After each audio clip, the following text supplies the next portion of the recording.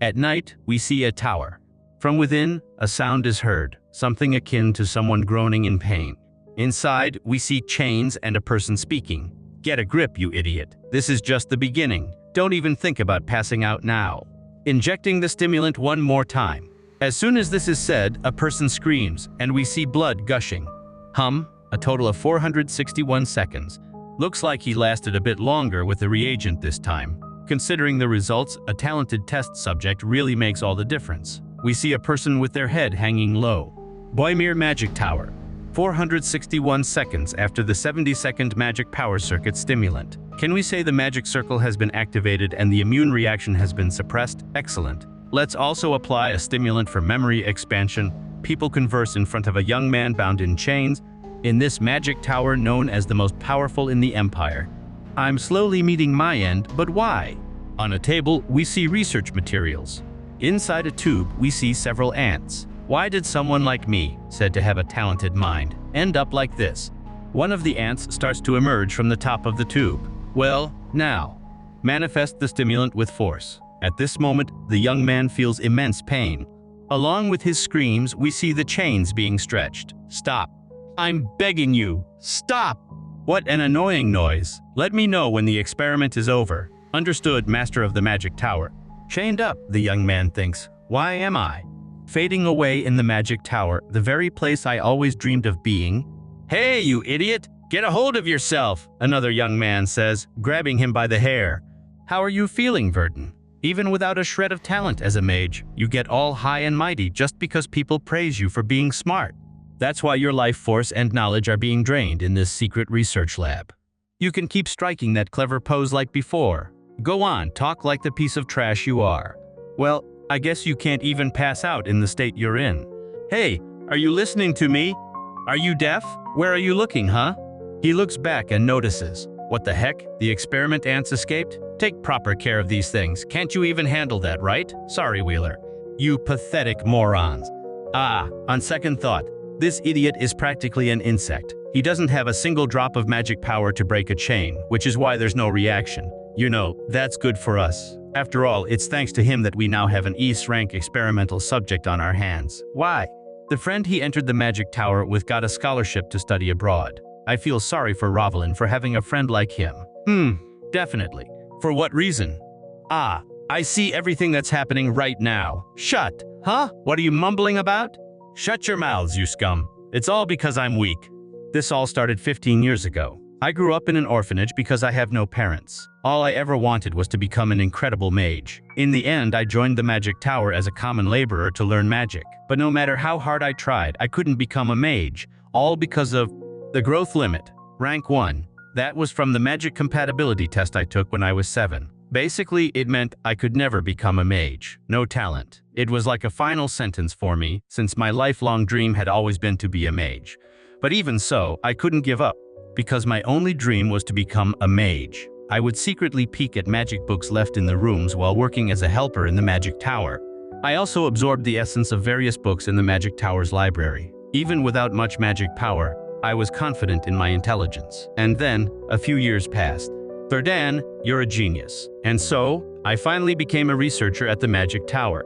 Wait, no, you're more than a genius. How could a common researcher even imagine something like this? This is something the entire magic tower would recognize, even the tower master Balrog. That's when I realized a truth I hadn't even known myself. My intelligence wasn't just a talent, it was at a genius level.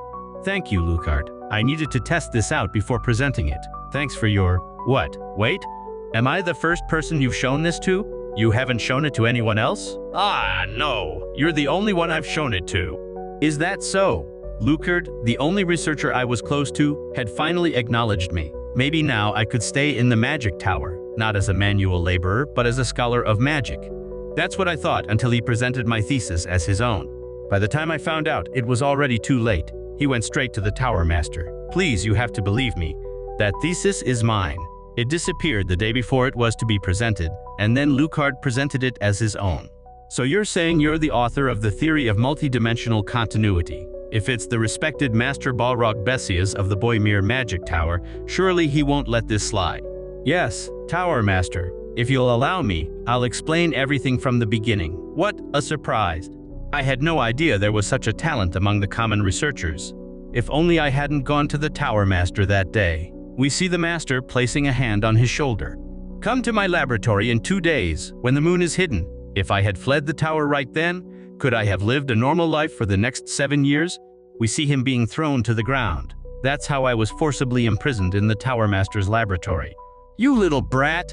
Always with this useless rebellion. Tomorrow, I'm increasing the experiment's intensity. Get ready. I became a worker by day and a test subject by night. They ordered me to create a magic circle and validate the theory of my own thesis, to inject substances into my own veins and observe the reactions myself, to invent a new potion and prove its effects, and to dedicate my life to the magic tower. Even if I tried to reveal the truth, no one would believe me. All I got in return were threats from the Tower Master to eliminate the people I loved. We see him lying in his cell. It's all over. Okay, I can still do it now. Over here, Verdun. Hey, over here. Verdun, hurry. Wait for me, Rovalin. What is this? Hey, laborer, get a move on. Understood, mage. My childhood? Verdun, let's become great mages together. That's a promise. Yeah. If only my growth potential had been just a little higher. Would things have turned out differently? In his cell, he reaches out his arm, trying to grasp the memory in his mind. Admit it, it's all over. Sitting, leaning against the wall, he hears a sound as ants crawl in the same cell. That sound again. I hear it every time they experiment on me. I don't know anymore. I have no strength left. Maybe it would be better if I just went away. Really? But that's not what you truly feel, is it? It's not. Strangely, a dead ant on the floor begins to say this. It's not over yet, is it? For revenge and for survival. Hold on, grit your teeth and endure it, again and again. Then you will be reborn so that you are never trampled again, so that you can command great power. You will overcome your limits. Hearing this, he clenches his fists and says, yes, it's not over yet. We see some markings on the wall. I need to sharpen the blade of vengeance I've been honing for the last 7 years with everything I have until it's perfect. If I can just solve this one last problem that I can't seem to figure out. Faced with greater power, just having a mind smarter than others isn't enough. If that's the case, then I just need to challenge my destiny. I will rework the entire theory and create a new way to reconstruct the body like never before. The heaven-defying theory, he says, slamming his hand down. Tomorrow, we see all the markings and notes inside his cell. Will surpass all my limits. The heaven-defying theory for body modification I've always dreamed of is now complete. Now that I've accepted the idea of passing on, he kneels on the floor and starts to think, and what I need to prove this theory is, even if my current body, unable to use magic, collapses just for once, that artifact will allow me to use magic. Tomorrow night I will reclaim my freedom. The long night passed, and finally, the day to execute the plan arrived. We see a key opening a door. Hey, trash! Time to clean the alchemy lab. Don't just stand there. Get a move on and cover those bloody wounds. Whimpering just because you went through a few experiments pathetic, and don't even think about slacking off just because the festival is coming up. Answer if you understood. Yes. We see him in the lab, cleaning some things. Are you cleaning all by yourself? Hearing this, he looks back. Rovalin, what brings you here? Came to say goodbye to a friend before I leave. Ah, you said you were studying abroad, in the magic city of Virente, right? That's a privilege given only to the most outstanding talents, even in the magic tower. Congratulations, have a safe trip. Verdun, my offer still stands. Come with me to Virente. There, you won't have any stuck-up authority figures ignoring you like they do here. You might even get a chance to learn new things in the magic city. And also, don't get the wrong idea, okay? I just wanted someone to talk to. Rovalin, I'm staying here. I'll write. We see the carriage departing. From inside his cell, the boy watches as he thinks. Rovalin, you have no idea about what's happening here. Hurry up and follow the group. About everything I've been through all this time. Still, on the bright side, you won't get involved in my plan. The Festival of Magic, one of the most famous holidays in the world, celebrating the construction of the first magic tower and offering prayers for the rebirth of magic. It's the busiest day at the magic tower. When the festival begins, all the high-ranking mages go to the big city, and only the lower-level mages remain in the tower. He knocks on a door and announces, "It's me, Verdun. You may enter." What do you want at this hour? If it's not important, you're in for a beating. The Tower Master sent me to clean the treasure room. You should have asked for permission first. Don't you have any common sense? What a pathetic fellow. You can come in, but don't you dare scratch or lose anything. Yes, Supervisor. In this way, we see him open a door. Upon entering, he touches something. All right, I blocked the noise with the artifact. Now it begins, he thinks, descending the stairs. He arrives somewhere and stops, facing what appear to be magic circles. Second Circuit, an artificial artifact created by the Tower Master at a great cost, allowing any mage to perform triple casting and temporarily awaken the owner's potential. I need this staff to execute my plan, and to get it, I have to break the protective magic circle. The masterpiece of the Tower Master who reached the 7th level. I've been researching how to break this magic circle for the past 7 years. Tower Master, that magic circle you're so proud of. After placing his hand, we see energy spreading through the room. I will shatter it! Aw, shoot! Some people are lucky enough to go to the festival, while we're stuck on guard duty at the power source. What a drag. We drew the short straw. That's why you're better off staying in your lane. If it were based on merit, I would have definitely been chosen. Huh, is that Verdan? Good, you're here. Bring more drinks. If I become the Tower Master, you can say goodbye to this cheap booze. For real, you think becoming the Tower Master is that easy? If you ever become the Tower Master, I'll personally lick your boots clean. While they chat, we see Verdun leaving with the staff. All right, I'll remember what you just said. I'm definitely going to become the Tower Mao. Before he can finish his sentence, his head is lopped off. The other man looks at the scene in terror. What, you? Beside him, we see Verdun standing, pointing the staff at him. Verdun, have you lost your mind? Your reaction shows you didn't expect this at all. How dare a creature as insignificant as you attack a mage? I'm going to correct that attitude of yours. If you can survive this spell, that is, 3rd level magic, wave, 3rd level magic, earth sphere. And so, we see the magic being cast. The man is shocked as he realizes he's about to be hit. Huh? Next, we see his blood gushing. On the ground, he questions himself. How? How can a 1st level mage use magic? What? Surprised, the mere test subject knows how to use magic. You and this tower should have treated people with more care. After saying this and finishing off the 2 men, we see him standing still. Looking out the window, he thinks, this is the first time I've seen it. The magic tower's power source. In front of him, we see a pulsating heart. It took 7 years to get here. From now on, I will use the mana from the power source to execute the heaven-defying. If I fail, I don't know what will happen to me. But I'll only know if I try. With that said, he takes the staff and strikes it on the ground. A magic circle appears beneath his feet. Body transformation. Heaven-defying. We see the heart glowing brightly, and a light crashing down upon the tower. This light is visible even from far away among the mountains where a carriage is passing.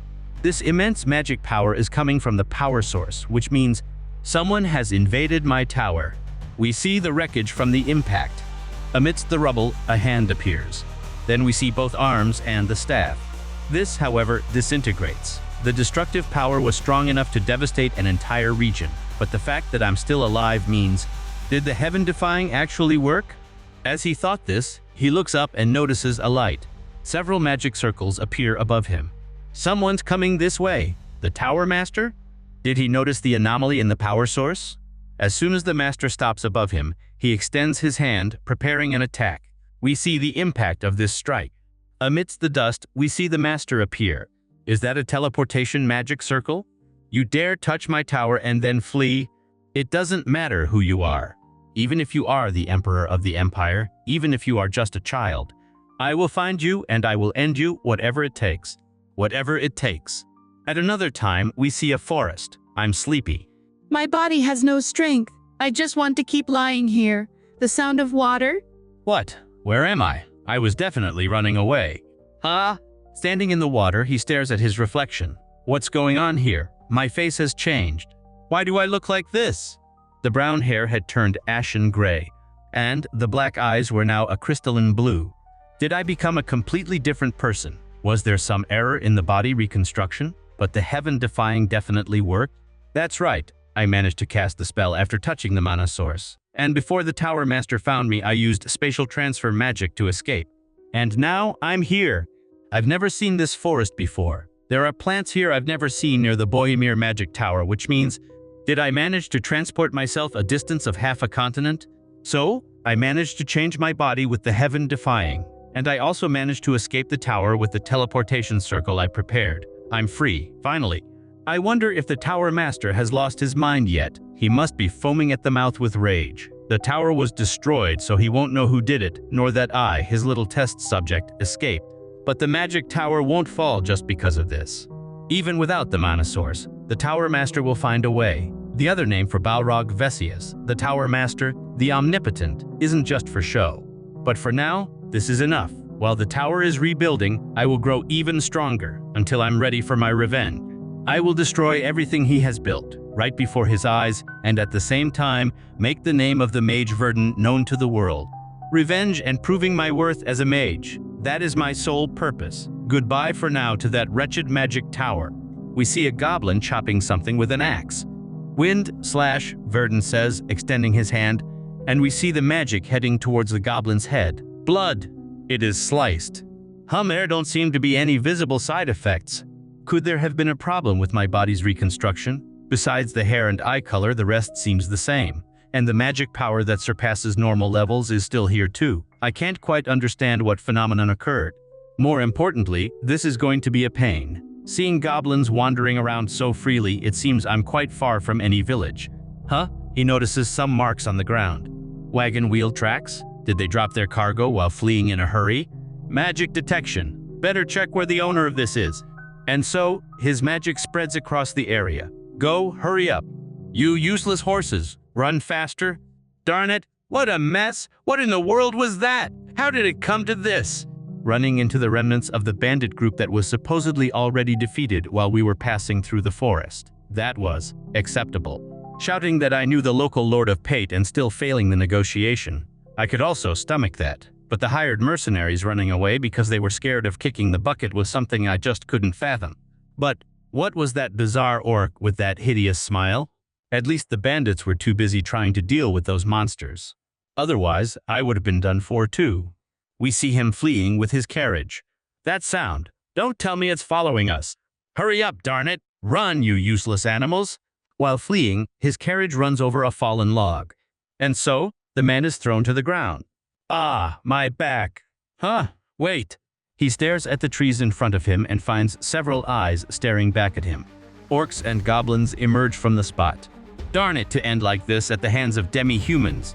The monsters charge to attack, and he hears a scream. This is the end. Earth Wall. A spell appears around the man, defending him from the attacks. Oops, I forgot to make air holes. One of the orcs looks towards the person responsible.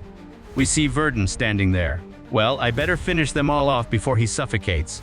Aside from the goblin I took by surprise, this is my first real fight, he says, a fire spell appearing in his hand. The monsters scream, preparing for the attack. This is the perfect number to test my talent. As he says this, we see the area covered in flames. Multiple fire arrows. While the monsters are hit, the larger orc stands still in the middle of the group. He lets out a cry and points towards Verdun. The monsters start running towards the mage. Seeing this, he prepares a new spell. Multiple fire arrows, wind gust, dual magic, scorching heat arrow. And so we see an explosion at the scene. After that, we see the burned monsters. I surprise even myself. Before, I couldn't even take down a single goblin. Looks like there are none left. Better get the coachman out of here quickly before he suffocates. I came to rescue him when I saw he was being chased. It would be a waste if he perished. As he walks, the orc rises behind him. He hears the sound and turns around quickly. There's still one alive. And with that, we see blood gushing. After the battle, we see the coachman in his carriage again. Friend, I will never forget what happened today. If it weren't for you, Sir Mage, I wouldn't have survived that. How can I ever repay this debt? It's fine. Just pay attention to the road. The carriage might flip over again. Yes, understood. Oh, by the way, there was a horde of monsters. Were you hurt or in any danger? Is it rude to ask that after everything that happened? This person talks too much. It was dangerous, but... What? There's still one alive. We see the scene again. The moment he notices the monster, he prepares another spell. Wind curtain. And so, he slices its head off. You can rest easy. By the way, do bandits appear often around here? I heard that where demons live, there usually aren't any bandit groups. No, this is a first. This forest is within the domain of Baron Pate. I've known the Lord since I was a child and we exchange letters often. He said the bandits were recently subjugated and that we could pass through without fear.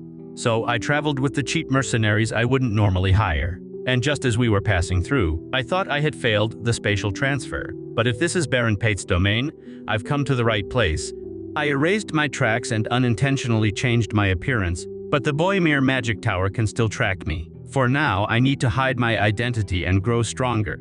Ah, Sir Mage, are you listening? I haven't told you my name yet. From now on, I will no longer use the name Verdan. My name is Asher, until the day I can face the Tower Master head on. At dusk, we see the entrance to the castle of the Lord of Pate's domain. Hey, you look! Like you've lost some weight. Must have been from fleeing the orcs. It was my fault. Were you injured? It's not just bandit remnants. There are even demi-humans. Don't worry. It wasn't your fault, my lord. Ah, is this the mage who saved you? I can't let my friend's savior go just like that. Tell him to come to the castle with us. Thank you for your kindness in providing clothes, food, and lodging. Welcome! Now that I remember, I haven't introduced myself yet. I am Pate of Enrod, the Baron who governs this domain. Please, have a seat. Asher, is it? Is the food to your liking? Yes, it's very good. I have prepared 5 million elks as a reward for saving Conrad. Let me know when you need it. This may seem a bit sudden, but if you're up for it, I'd like to offer you a mission. I will pay well for the service. Either way, I'll need money to achieve my goal, and this could be a chance to get used to fighting with magic. Could you tell me more details about this mission? A few days ago, hanged bodies were found in the southern forest. Upon investigation, they were discovered to be residents of a nearby village, which had already been destroyed. At first, we didn't know who was responsible, but this revealed the existence of a bandit group. The problem is that we've searched the entire barony and found no sign of them, as if they vanished by magic. It's possible there's a mage among the bandits. Of course, that's just a guess for now. And when do you plan to start? Pate smiles and says, in 4 days. And so, we see a group gathered outside. A pleasure to meet you. I am Enoch, a knight of Baron Pate, and I am in command of this operation. The one with black hair is Hades, and the younger one is Patrick. Hello, Sir Mage. A pleasure. I am Asher. I accepted because it seemed useful in several ways. But this sudden bandit hunt, wouldn't it have been better to try and prevent this sooner? I don't want to end this before your departure. I guess I should consider this payment as part of the meals I've received these past few days. Are these people also part of the hunting party? Ah, they are adventurers. They joined because of reports of strange orcs appearing recently. The reward must be good. Even gold rank adventurers have shown up. They say gold rank adventurers have combat skills equivalent to regular knights, meaning they are experienced veterans who fight using their bodies and weapons, controlling kit. They say that when these knights reach their peak, they can even split mountains. And the reason I'm needed, even with 3 knights on this mission, is, Sir Asher, if there really is a mage among the bandits, we're going to need you. I understand, but may I ask why? Generally, a second-level mage has combat ability similar to a common knight. But even if that mage just casts spells from a distance, it can be difficult for the knights to move properly. Of course, the ideal situation would be no mage at all, so this is… You mean? We see Asher standing still. There's a magic circle ahead. Dispel. As soon as he uses the magic, we see the said magic circle shatter. What is that? A magic circle suddenly in the air. I never imagined something like this existed in the domain.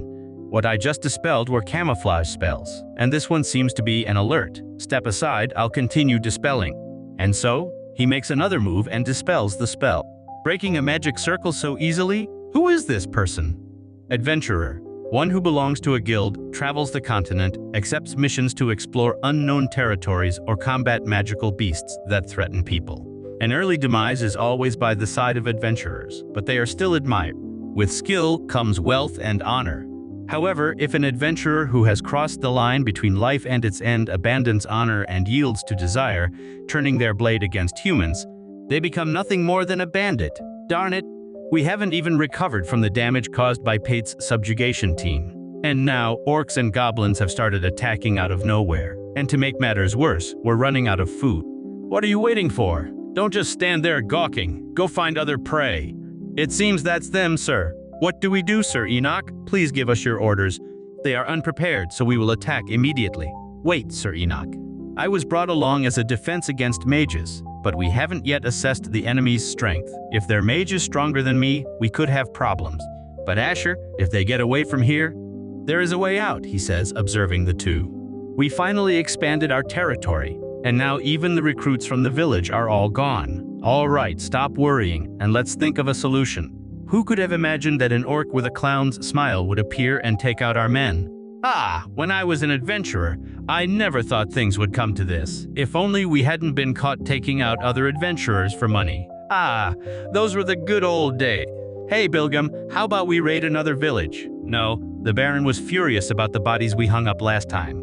We're hidden by concealment magic, but it's about time we moved. I heard about a town called Martes nearby. We could plunder the surrounding villages and... Before he can finish speaking, flames fly in his direction. They land right next to the mage's foot, thus causing an explosion. But even so, we see the mage and the ex-adventurer protected by a shield. Huh, what was that explosion out of nowhere? It wasn't just an explosion, it's magic. We've been discovered. The group then attacks the criminals. The mage, defending himself with a barrier, is hit and spits blood. Shen! The mana barrier is a quick defense technique, but it's not very sturdy and breaks easily. The ex-adventurer is startled upon hearing the voice. And when the mana barrier shatters, the mage suffers a strong impact. That guy must be a mage. Now that I know the enemy's strength, I'll take care of the mage as you asked, so I'll leave it to you, as here. The Baron seems determined to eliminate us. He even hired a mage, however. Do you think it's going to go the way you planned? The ex-adventurer leaps towards Enoch and their swords clash. I'll send your heads to the Baron as a reply. That's a bit cruel to say, isn't it? In another location, we see Asher chasing another mage. I could have just escaped quietly, but they're too persistent. The only advantage is that he's following me using Earth Wall. Flight can only be used from the 3rd level. This guy is 2nd level. How long are you going to stand there? Multiple ice arrows. So I have no choice. I'll attack first. If he's only 2nd level, I absolutely have to finish him here. Multiple fire arrows. Asher counter-attacks, and we see the powers clashing. As soon as the powers collide, an explosion occurs on the spot. Due to the impact, a crater is formed. Nice firepower for a 2nd level, but you chose the wrong opponent. If the knight who came with you had followed, it might have been a disadvantage, but I can handle one of you easily and escape. I don't intend to let you leave here alive. For someone your age, that confidence and talent for controlling complex attributes at the 2nd level. It's been a while since I've seen such a promising talent. I bet you didn't expect to be crushed here today. 3rd level magic. Icefall. Perish! The ice descends towards Asher, but suddenly stops. Huh? Who? We see stones blocking the attack. He blocked Icefall, Earth Sphere. Asher clenches his fist, and the ice is destroyed. Earth Sphere? How can a 2nd level mage counter 3rd level magic? Did I manage it? Because he not only used 3rd level magic, but also controlled 4 elements. Impossible. From the beginning, he was deceiving me. The young man is struck by a spell. After defeating him, we see Asher standing before him. Good thing you showed up. It was because of you that I learned how mages should truly fight. We see a monster's ear, a golden necklace, and a red monster appearing on the scene holding a person in its hand.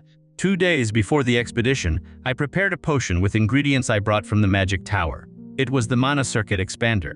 Recalling those infernal days in the magic tower, I never wanted to experiment on humans again. But we see the shadow of a cell. Thanks to it, I managed to reach the 3rd level.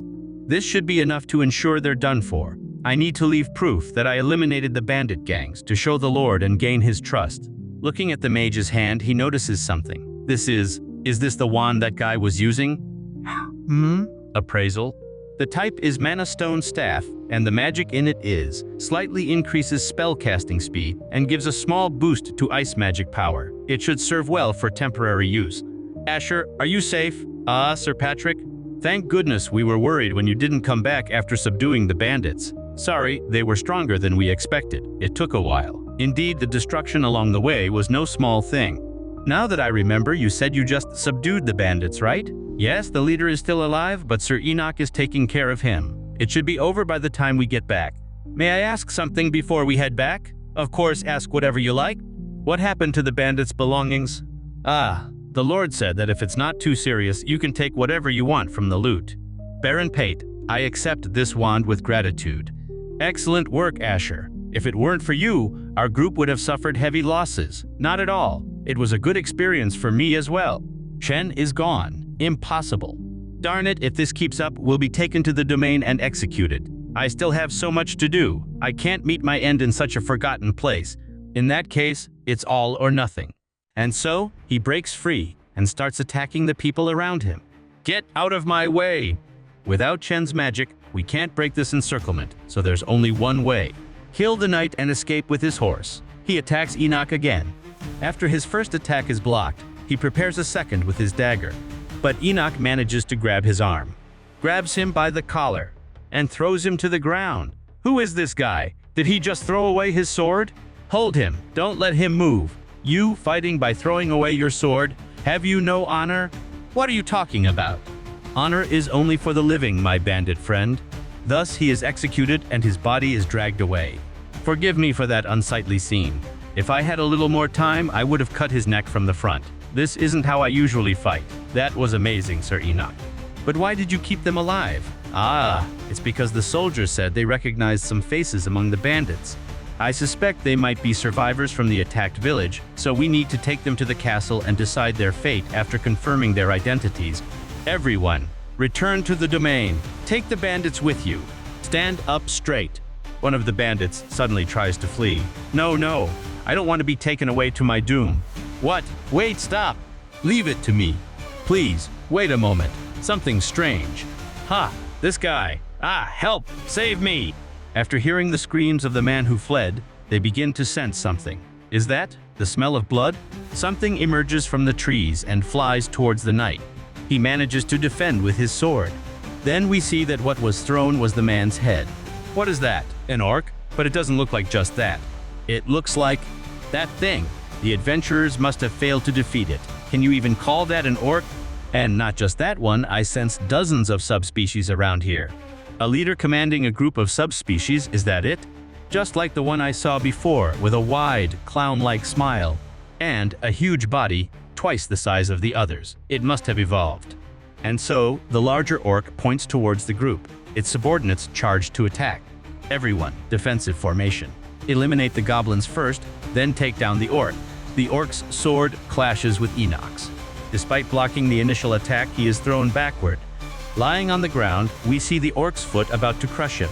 But before that can happen, we see his two companions attacking the monster. This attack is enough to make it lose its balance and fall backward. Taking advantage of this opening, Enoch leaps and plunges his sword into its chest. As soon as his blade is stuck in the monster's chest, he slices down its abdomen, cutting everything. The orc falls to the ground and Enoch lands. We see the fallen and injured orc grab a goblin in its hand. The goblin screams and the group just watches. After that, the orc spits out a bone. And so, it is healed and ready to fight again. Healing by devouring others, is it? It seems we're not getting back peacefully today. Everyone, prepare for combat. The orc, without a moment's hesitation, throws its sword towards the group. It flies towards the face of one of the members, who, with his reflexes, manages to raise his sword and defend himself. That orc suddenly threw its sword. Despite the defense, the size difference in the swords is enormous, and his begins to crack. Until, finally, it breaks in half. The pieces of his sword fly, cutting his face. Those pieces of the broken sword, and he is hit. Here it comes. Watch out, Patrick. When did it even move? Patrick, noticing the monster, charges to attack and attempts a strike with his sword. I'll cut you down right here. What? The sword is stuck in its muscle. In this way, Patrick finds himself trapped. It won't come out. Earth shelter. We see the monster being hit in the face by a spell. Sir Patrick, over here. Yes. I'm alive thanks to you, Asher, but... And now, Asher, I didn't even bring my sword. It seems its regeneration and physical resistance improved after devouring that goblin. I attacked with all my strength to tear off its arm, but the orcs I knew never had this kind of power. Could it be one of those special entities from the legends? I don't think so, but it's too strong. Regenerates and gets stronger by consuming others. Commands subspecies and drives them into a frenzy. Has the strength to face knights as an equal. This thing is on another level compared to a common orc. But if that's all, it's still too weak to be called a special entity. Common magic has its limits. No matter how much mana you use, it doesn't go past a certain point. And if you force it too much, the magic simply unravels. That's the law of magic. But there is a magic that doesn't follow this limit. Terrain manipulation. Between the palms of his hand, we see a magic circle appearing. As soon as this happens, the terrain around him begins to be manipulated. The ground is shaking. As if the monsters weren't enough of a problem, now there's an earthquake. No, we're all going to be done for here. Calm down, everyone. Hold your position. This is Asher's magic. I said that, but in the face of this, it's normal to be shaken. We see a huge crater on the site, with only Asher's group standing on top of a rock. All the monsters fall, and some are crushed by the big one. Asher from above prepares a fire spell, 3rd level magic, Fireball. He launches it downward, burning several monsters at once.